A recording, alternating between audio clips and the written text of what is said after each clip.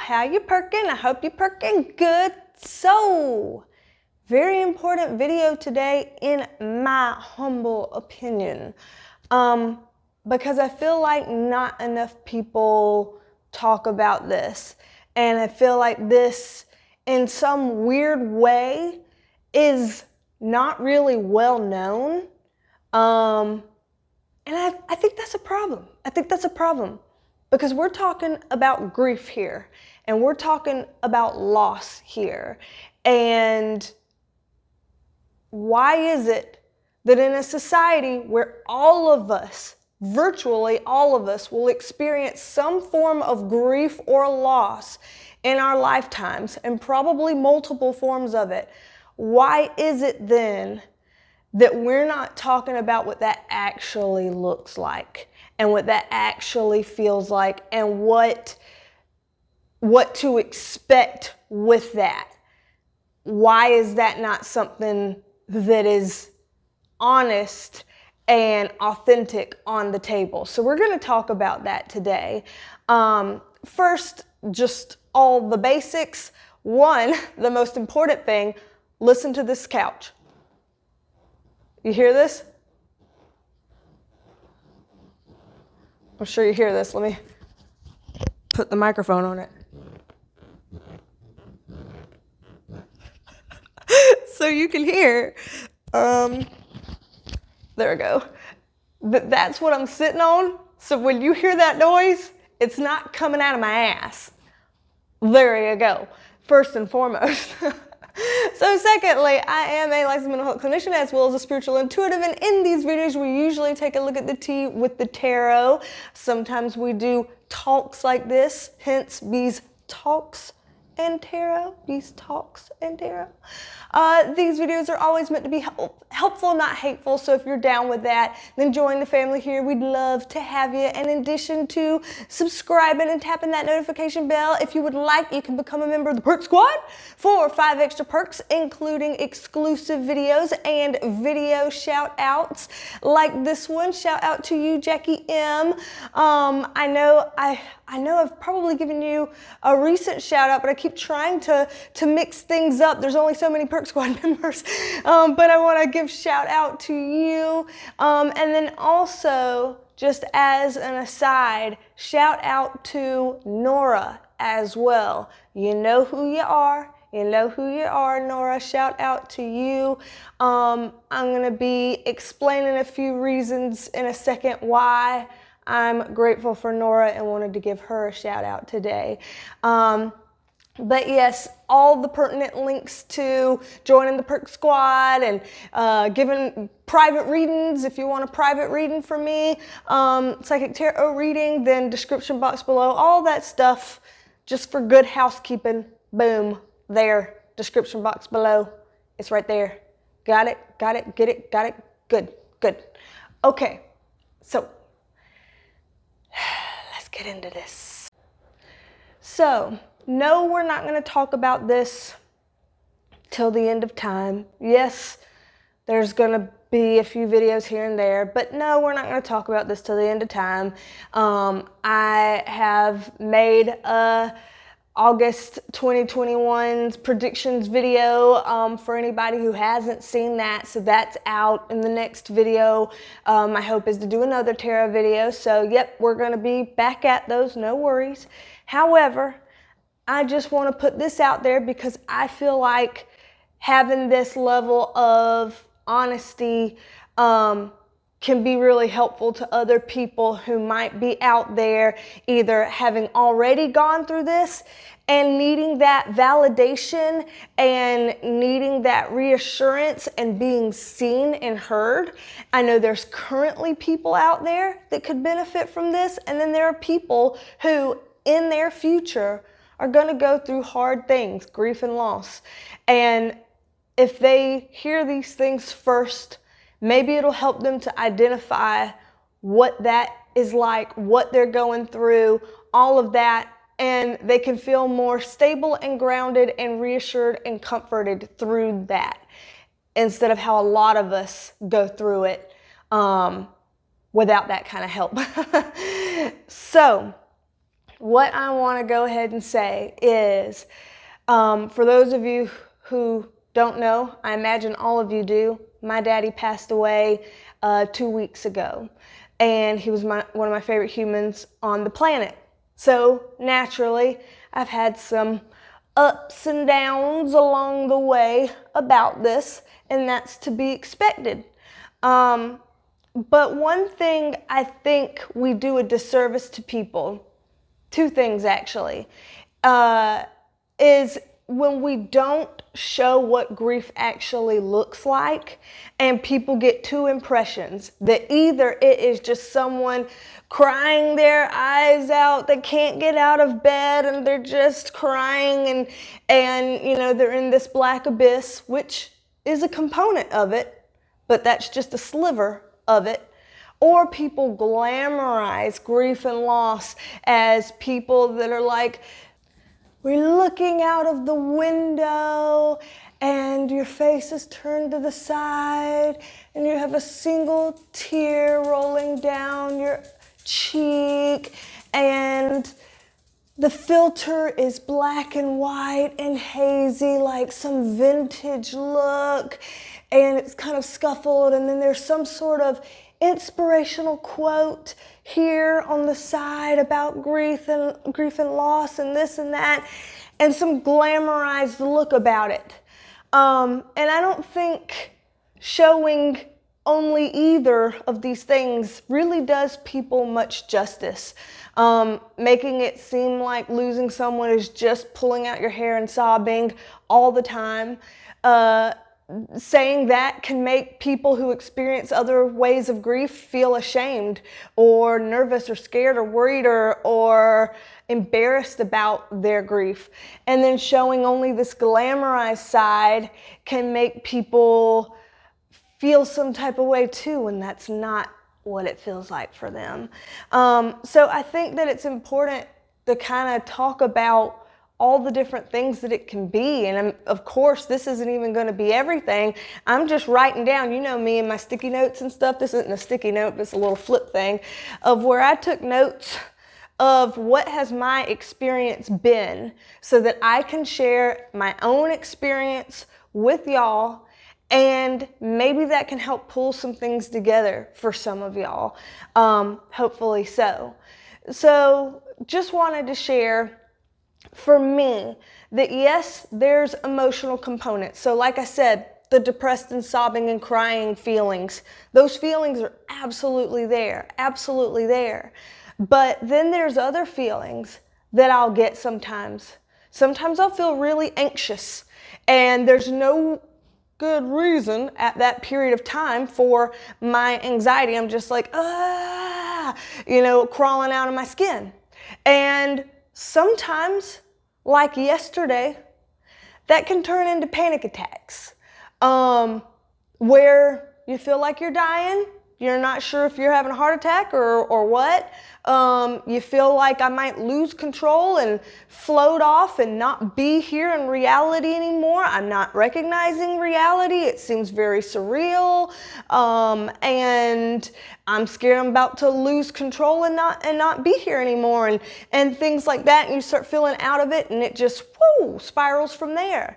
And that's one reason why I said I'm going to put a pin in Nora when I said shout out to Nora, because I had a session with her that was meant to be for yesterday, and I ended up floating away in panic attacks and was trying to control it to the best of my ability, could not control it. And so I had to message her an hour before our appointment and say, I'm sorry, I'm gonna have to reschedule the appointment for today because I can't seem to ground back down. I can't seem to pull myself back down. I can't seem to get a grip on life, get control over myself or whatever. Even if I have all the tools to do so, I couldn't seem to do it. And she was so understanding and so kind and so like, take your time. There's no worries at all. There's no rush. We can do this whenever, you know, and all this stuff.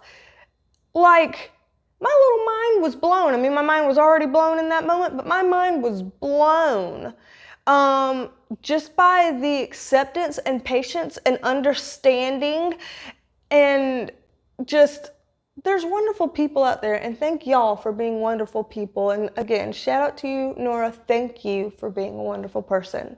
That really meant a lot in that moment. It took a lot of pressure off of me that I have to get this figured out now, because of course you're like, I'm in a panic attack. I have to get this off. I've got to do a session. And that pressure is not going to make it easier to come down and let go of, I've got to be done with this by 6:15 p.m. I have to, that doesn't work like that. And she was so accommodating and so kind, and I'm just very appreciative of that. So those are some things that can come up emotionally. Some other emotional things, irritability, being pissed off like that.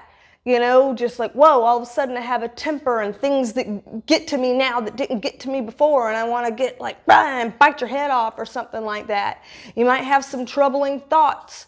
You might even feel kind of hyperactive, a little bit restless and hyperactive. Ooh, I got to do all the things. Let me clean. I got to clean. Ooh, I got to plan and organize. Or ooh, I got to do this and I got to this, and like, oh, maybe I'll film a video. Maybe I'll do this. Maybe I'll do that.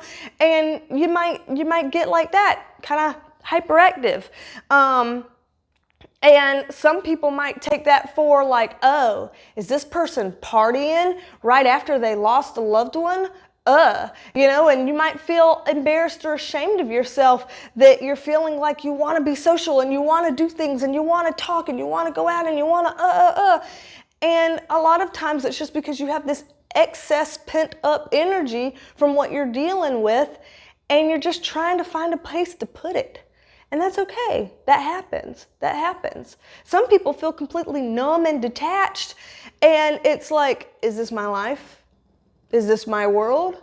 I feel like this is unfamiliar. I feel like this doesn't even feel like life or like my world. I feel like, am I actually really here? I don't know.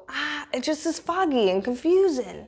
And so some people feel like that. There's a lot of different ways people emotionally feel about it and process it. And then that brings me into even lesser known things. Physical symptoms. Physical things. So many people don't realize that there's physical components to this too. So even some of the ones that I have written down that I've been going through myself, feeling exhausted all the time, whether you've slept enough, too much, or too little. Random aches and pains in your body, including headaches. Especially me, I'm not even a person that's prone to headaches. Got them all the time now. Having shakes sometimes. Having heart palpitations sometimes. Feeling sick, like you're unable to eat or you get sick after you eat. And so it's hard to just not feel sick. Oh, I feel sick because I haven't eaten, but then when I eat, I also feel sick. So damned if you do, damned if you don't.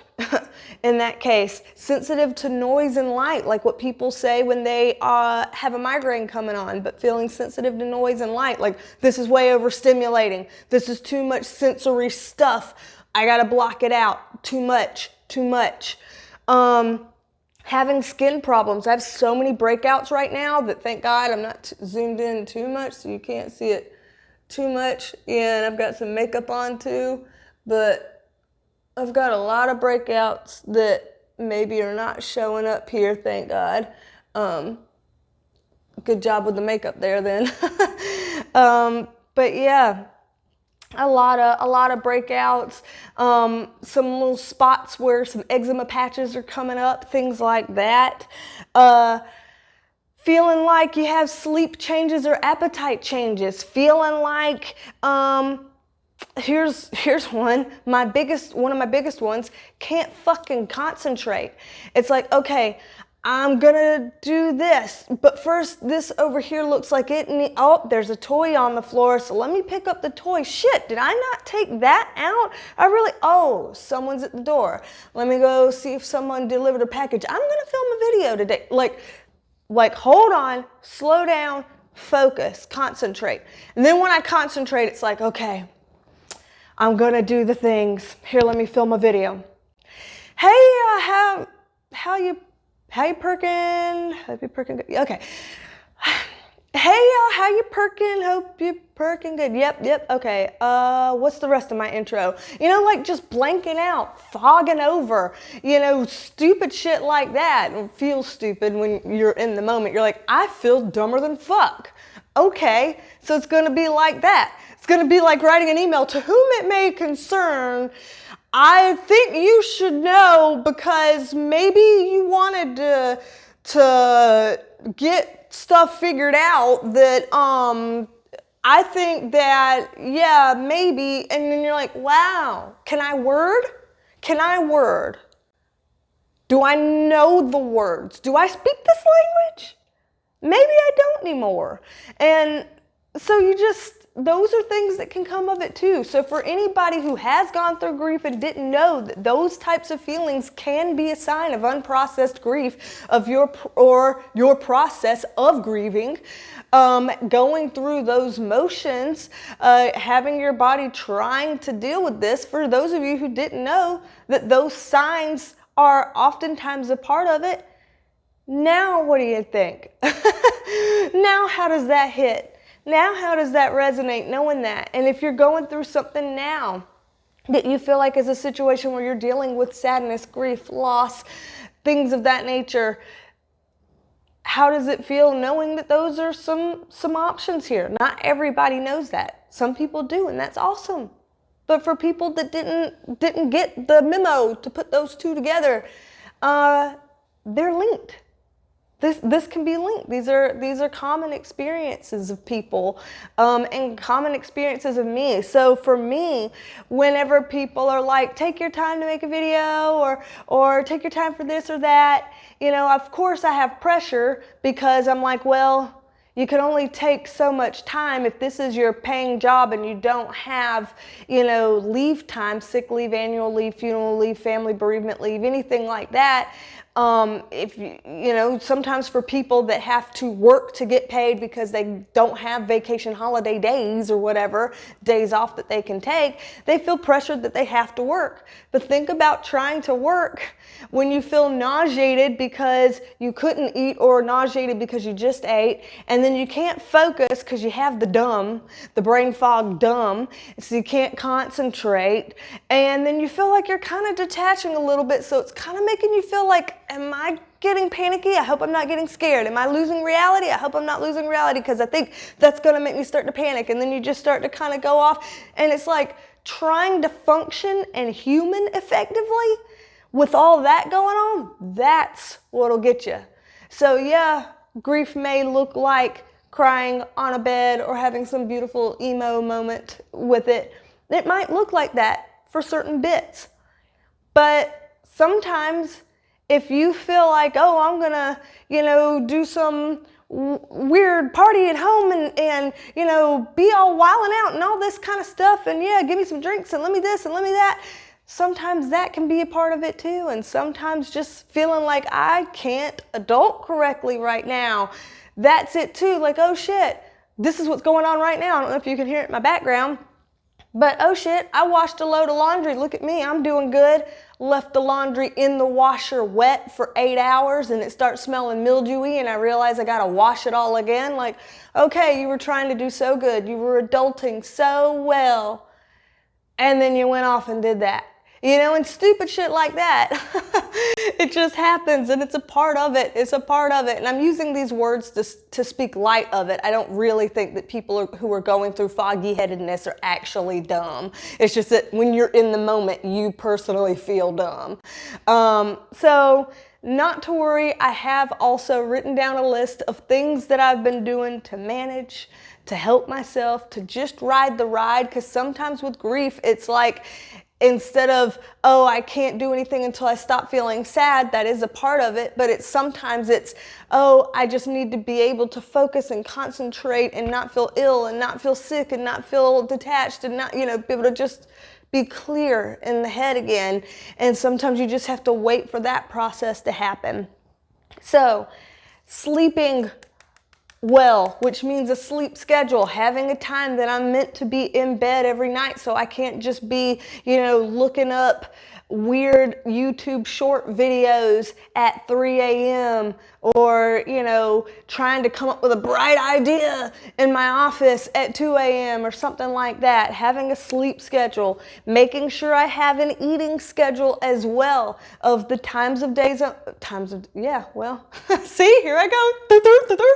Times of day that I'm going to be eating. And I'm like, okay, you need to eat around here and around here and around here. And I have a literal list in there of like, here's some healthy ideas you could go for that's good for brain food. How about an apple and peanut butter together? How about some Greek yogurt and granola together? And how about, stuff like that, so that I can kind of in my mind remind myself, okay, I've got to eat, and I've got to eat with this frequency, and I need to eat some brain food, some things that are going to be healthy for my body, and trying to get on schedule with something like that to help myself through it, which also brings about the fact that I carry a water bottle everywhere. Stay hydrated. Stay hydrated. Hydration is grounding in a lot of ways as well. I'm trying to not do numbing things. So trying to not take substances that are numbing or stuff like that to avoid feeling pain, because I know in the long run, all it does is push pause and it comes back at you later, and sometimes stronger or worse or in weirder ways or stuff like that. And for me personally, and for a lot of people, numbing out just doesn't really help if you're doing it to intentionally avoid painful feelings. So allowing myself to sit in it when it doesn't feel good to sit in. Sometimes it feels like you're sitting in your own shitty diaper, obviously figuratively, but sometimes it feels like that, and you just got to sit in it. And that's what passes, right? You got to go through it to pass it to the other side. You got to feel it to heal it. That's the phrase, right? So having routines and activities, like I was saying, having small things that feel good, like, wearing a perfume on a certain day to smell that because it makes me feel good, wearing a warm jacket while I'm inside to feel all cuddly, going out for a walk to feel better, listening to bubble sounds on my phone to lift my spirits a little bit and kind of drone out to something mindfully. And that brings me to mindfulness and meditation. Things along that line to bring some peace and stillness and serenity and awareness of your breath and awareness of your thoughts and awareness of the calmness around the room and of your five senses, to make sure you feel like you're grounded and you're here and you're in the present moment. What can you feel underneath your body and with your hands here? What can you hear? What are you looking at? Is there anything you notice that you're smelling? Things like that, to just kind of anchor you here in place, especially when you're feeling detached. And then, of course, talk it out. Talking it out. It sounds so trite and so dumb, because a lot of times you're just like, I don't want to. But then just having a trusted person or trusted people that you can speak with, whether it's friends, family members, someone else who's gone through this, a counselor, things like that, whatever it is, a support group for people going through a grief process, whatever it is, just talking things out. A lot of times you don't realize, you're like, but I'm already thinking it through, I'm already processing it, but something about getting it out, like actually just saying it and talking through it, it's like, wow, I've been saying those same things and talking through those same points in my mind over and over and over on repeat for 5 days, and somehow just having this 30-minute conversation with you lifted so much off in just that short time. But I was doing the same thing. How did that work? And it just does sometimes. It does a lot of times for people. These videos that I'm doing are that way for me. So there were some people, like when I filmed the video the literal day after my dad died, and they're like, you don't have to film a video today, like your dad died yesterday. And I'm thinking, oh shit, should I be ashamed of that? Not that they told me I should be ashamed of it. Nobody told me I should be ashamed of that. But I started internalizing, oh shit, should I be ashamed of that? And then I started thinking how much better I felt after I went through that entire video process and cried it out and got it out and said what I needed to say, how much better I felt after that. And I'm like, I'm just a verbal processor. And for me, like how we were talking earlier about some people doing other activities, whatever, for me, talking things out here on video and putting it out there in the world is like me writing an email and clicking send, and then it's gone. And the feelings that anchored me down in a negative way with that are gone too, transmuted into doing something that might be helpful to other people who are listening in and who are a part of this with me in their own way. So this is a big part of me processing through my grief, and this is a big part of me feeling better. I'm grateful that y'all have listened through this and allowed me that space. So I'm hoping that's helpful. I know this is a long one and we still have more to go because there's some more shit that I want to show you. So consider this second part a B-roll in and of its own, okay? Consider it its own thing. I thought about making it its own video, but it felt like it didn't really fit to make it its own video. So I was like, let me put it on as an attachment to this one so that I can put two things that are about Daddy and my grief process together. And then that way we can move this bucket further along on its train tracks and come up with another tarot video for my next video, so we won't have so many, of these kinds of videos in a row, because I know that that's not what my channel is about. So what I'm getting into next here is that Sunday morning when I woke up, I had a very strange experience, and I felt like it was another one of those daddy signs from my daddy. And so before I could forget it, because you wake up and you have experiences and you think you're going to forget. So before I was going to forget it, I'm like, I got to document this. So I started just voicing it out on the phone, voice notes to my sister Alma, the twin, and just started voicing those things out. And before you knew it, I had voiced it out and I showed her pictures of what I was meaning and referring to and this, that, and the other. And I thought, you know what?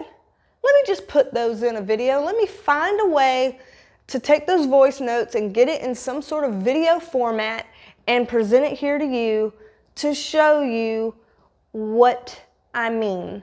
So this is going to be a part 2 of this video. This is going to be a bit of a wild ride, but hang in there and let me know what you think. So here's all of that. Okay, Emma. So, every night I cry myself to sleep. You probably do too, with daddy stuff. And last night when I was crying myself to sleep, I was saying, I just need to be able to see you. I need to be able to talk to you. Like, let me see him, let me talk to him, kind of thing. And this morning I woke up at 9:40 and I looked at the clock and I was like, fuck it, it's a Sunday.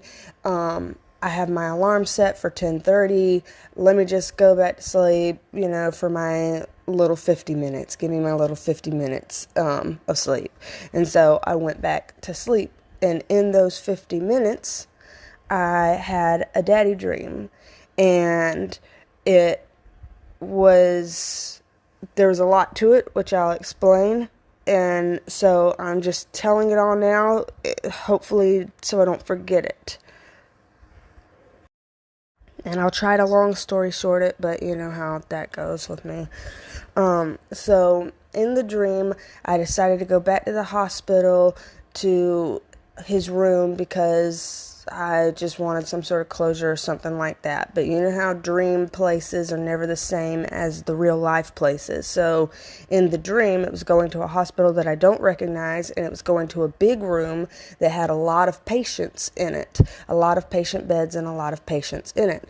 I didn't notice any of the other people. I don't know anything about them or anything like that. I was just aware that they were in that big room, but I didn't look to see who they were or what they were about, if they were alive or not or anything. I just walked straight over to a certain hospital bed that in my mind would be Daddy's hospital bed. And so I walked straight there. When I got there, Daddy was laying in the hospital bed like he was when we were at the hospital, with his sheets pulled up to his chest like he was when we were there with him. And just like when we were there with him before, he did one of those like, oh, like wake himself up type of things. And me in the dream, looking at him, in my mind, I knew in the dream that Daddy had passed away and that I was going back to the hospital, now. So a couple weeks later kind of thing. And so I was surprised to see his body there, first of all. But then surprised that he kind of woke up from his nap, basically, while I was there. And so, of course, I just went straight into the mode that we've been in, where I'm like, oh, Daddy, it's okay, it's just me, I'm here, you okay, what do you need, I'm right here, what do you need, just like how we were doing, and he was like opening his eyes and looking at me, and he wasn't opening his eyes and looking at me like how he was at the end there, where he was like confused and his eyes were rolling around in his head and things like that. He was doing it as if he just woke up from a nap, and he was just trying to, like blink it off and come into being lucid and awake and things like that. And he started using his left arm to lift up his blanket, and that left arm, the one that wasn't working at the end there, that he couldn't move and he wasn't really working, he used that. And he was lifting up his sheet to where he was almost exposing himself. And so I grabbed his hand and was like, it's okay, Daddy, you don't have to lift up your sheet. What do you need? Is there something you're trying to tell me with that? And he was like, yeah, I think I might have pooped myself. I think I might have been pooping or something. And I remember when he exposed his like a little bit of his body. He didn't expose his private bits or anything, he almost did, but when he was pulling the sheets up, I remember seeing him lay on the chucks, the puppy pads, underneath him, and I remember not seeing any poop there, not smelling any poop there, but that he thought he had, and so I was gonna go with that and see how I could help him or whatever. And so I was like, it's okay, do you want me to call a nurse in? Do you need me to get a nurse to help you with that? And he's like, yeah, if you would please, yeah. So he was doing that again. Yeah, if you would please, yeah, go call a nurse in. I'm like, okay, I'll go get a nurse. It's all right. I'll go get a nurse. You just hang tight right here and I'll be right back, okay? And it's like, okay, yeah. And so he put the little sheets down. I'm like, you just keep resting, okay? And he's like, okay, yeah.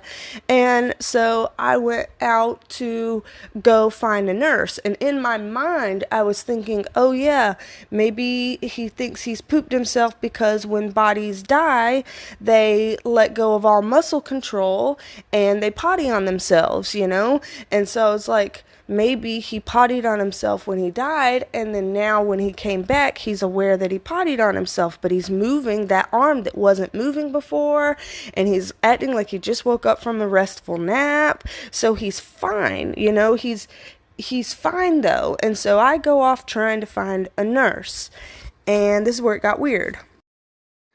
That I ended up in line with people that seemed like they were checking out for the day, and they were like checking out with some big main boss or whatever, and they said, you can't be in this line because we're checking out with this boss. This is the big boss. They're not going to care about whatever little patient complaint or problem that you have. This is the big boss. You're going to have to find a worker bee type nurse. You're not going to be able to talk to the big boss. And so I'm like, okay, well, let me find another another type of nurse then. So I'm sitting here trying to hunt for another type of nurse. And I finally find a lady, and I grab her, and I'm like, hey, my dad needs help. And she looked at me, and it's as if she recognized me from having been at the hospital before, and as if she knew that Daddy had died. And oh, choking myself up.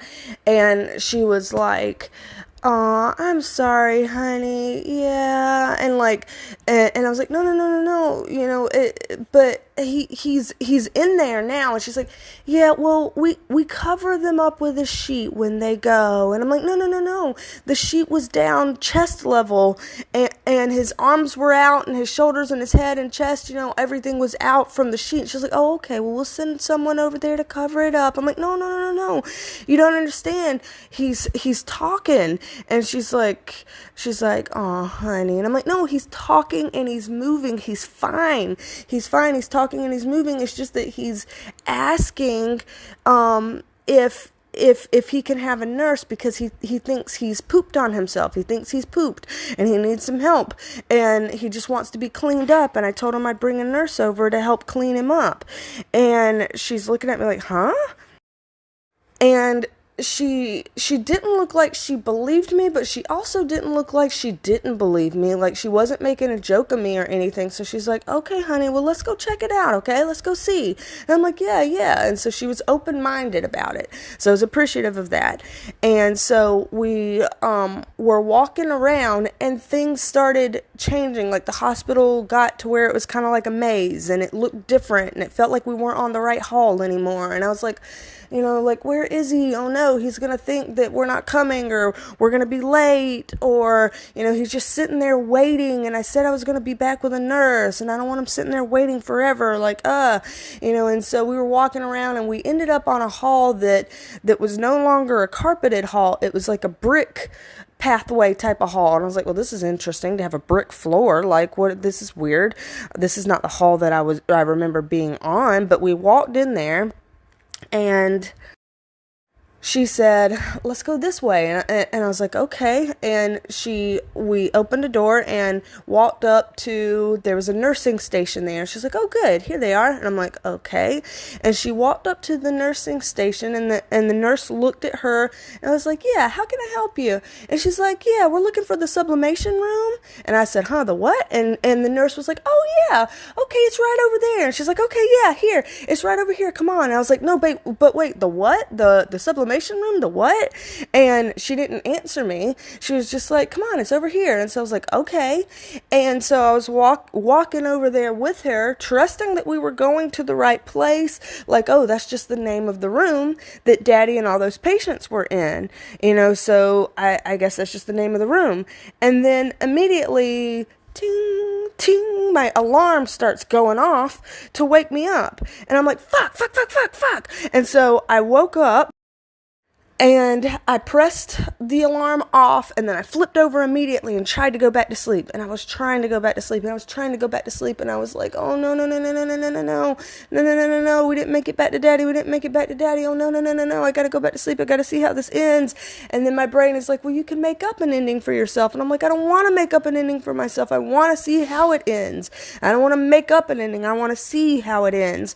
And then I was like, because if I make up an ending, either I make up an ending and I be realistic about it, and we walk in, and then she's like, "See, he's not really there," or whatever, and it's sad and it's depressing, or we walk in and he is really there, and then I've got to make up, like, then what happens, that he really is there, and how does that go, and whatever, knowing that that's a lie in real life. I'm like, I don't want to make up something. I just want to see how organically how the dream ends. I want to see where they were going to take it. Where was this going to go? And I was fucking pissed. So I was pissed off at my alarm, and then finally, when I was like, you know what, I can't, I'm not going to be able to go back to sleep. I'm trying, I'm just not going to be able to go back to sleep. Fuck it, I may as well stop trying. I picked up my phone again and clicked it on to see what the time was now, and the time now was 10:37. So I had waited 7 minutes to try to get back to sleep, and I couldn't get back to sleep, and I was like, oh, 7. I thought I remember 7 being one of the numbers numbers that he liked. And then also 7 having a lot of meaning in both angel numbers and in numerology. And so I was like, okay, I'm going to pull up some significance about the number 7. As I'm looking down now, it was 47 seconds when I was recording as I was looking down right now. So that's interesting too. So then I was like, okay, I've got to look it up. I've got to look up, what is a sublimation room? What is a sublimation room? I've got to look it up, because in my mind, I'm like, I don't think I've heard of the word sublimation, but maybe I have, but I don't think so. It doesn't sound familiar right now as I'm thinking about it, but all words kind of seem like maybe they've been familiar at some times. I don't know. So I typed into Google, what is a sublimation room? And look at these that I got. Google said, in scientific terms, sublimation is the transition of a substance directly from a solid state to a gas state. So basically making me think of when you are through with your physical body and your soul rises up and out and transcends that. It's like going directly to a gas state from a solid state, just like what this is saying. Then over here, when it's talking about sublimation being one of the not well-known types of defense mechanisms in psychology, it says it has an interesting background, and the basic meaning of the word is to change form. In the past, this is meant to improve or raise to a higher status. Today, it's used in chemistry to describe what happens when a solid passes directly into a gas. The sublimation psychology definition is quite different, but it can be seen as a way of raising to a higher level as in the original definition. And here's some examples of what it can mean. So for example, your boyfriend or girlfriend cruelly leaves you and you're heartbroken. However, instead of being overwhelmed by your sadness and despair, you take up art, writing, gardening, or home decorating to create something beautiful. And another example, you've been permanently injured in a car accident, and rather than dwelling on feelings that life is unfair, you get involved with the traffic safety organization. Thus, you turn your negative feelings into positive action. And another example, you feel frustrated at work because you don't have a lot of control over what you do each day. So you work hard to get a promotion that puts you in a position of power, or you go out and start your own business where you're the boss. And so all of these in psychology, you're kind of talking about channeling that pain and that emotion into a different, lighter, brighter, more positive, more productive and beneficial way. Change and transformation of something that's less than pretty to go through to something that's better. And this is in addition to that chemistry way of putting it, in addition to how the chemical definition was literally saying going from a solid to a gas, just like when the soul leaves the body. So it's so much here. This is so much. To have both of these things kind of cleaving together, this is just so much, is it not? Then the fact that I looked at the phone at 10:37 and told Julio about this at 11:07. In angel numbers, it's you're on the right path, keep up the good work.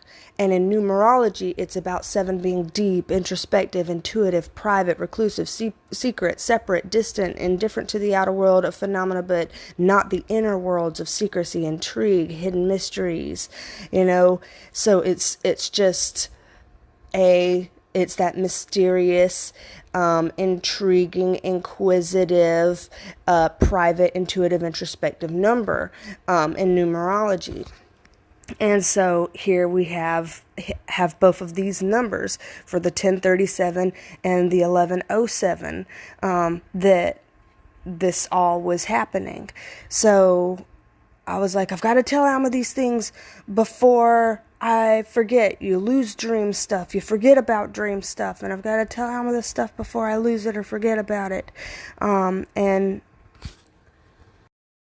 I feel like this is because I was, saying, like, I need to be able to see you. I need to be able to hear you. I need to see you and I need to talk to you. Like, let me see Daddy. Let me talk to him. I need to see him and talk to him.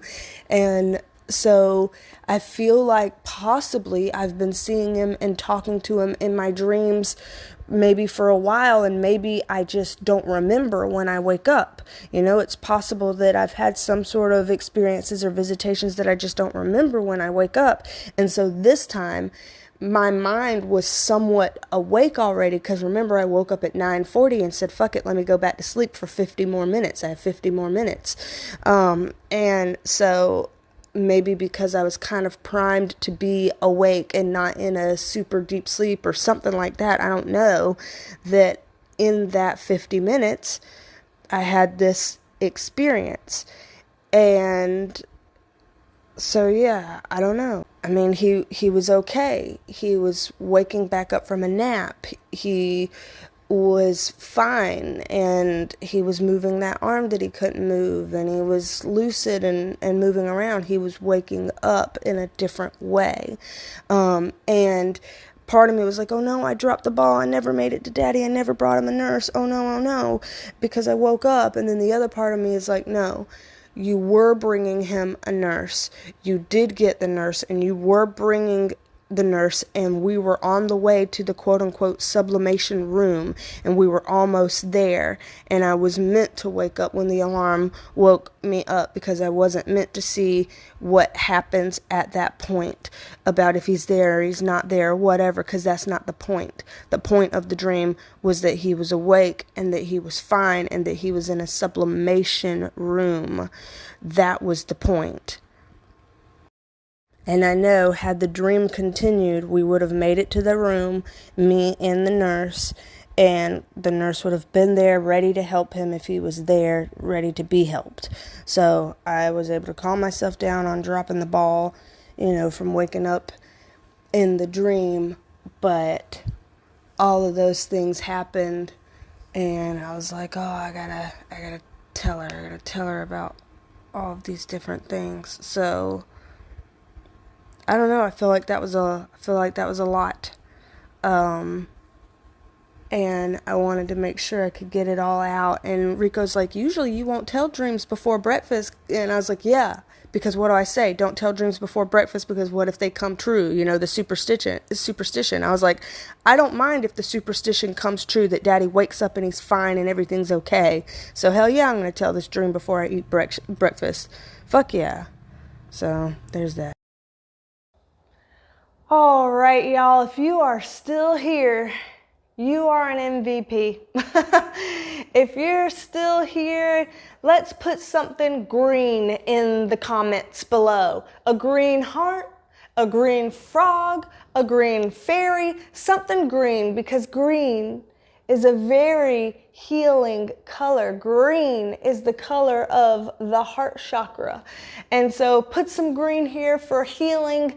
For anybody who's watching this video, I want to know your thoughts about both parts of the video. What are your thoughts about kind of what grief really looks like and feels like, the kind of whole spectrum of it, not just the slivers that people make known to the world? Like, what do you feel about part one, and then about part two with this experience that I had, this wild dream and all the meanings behind it with Daddy? What do you think about that? And just kind of seeing what everybody's thinking, seeing what everybody's feeling.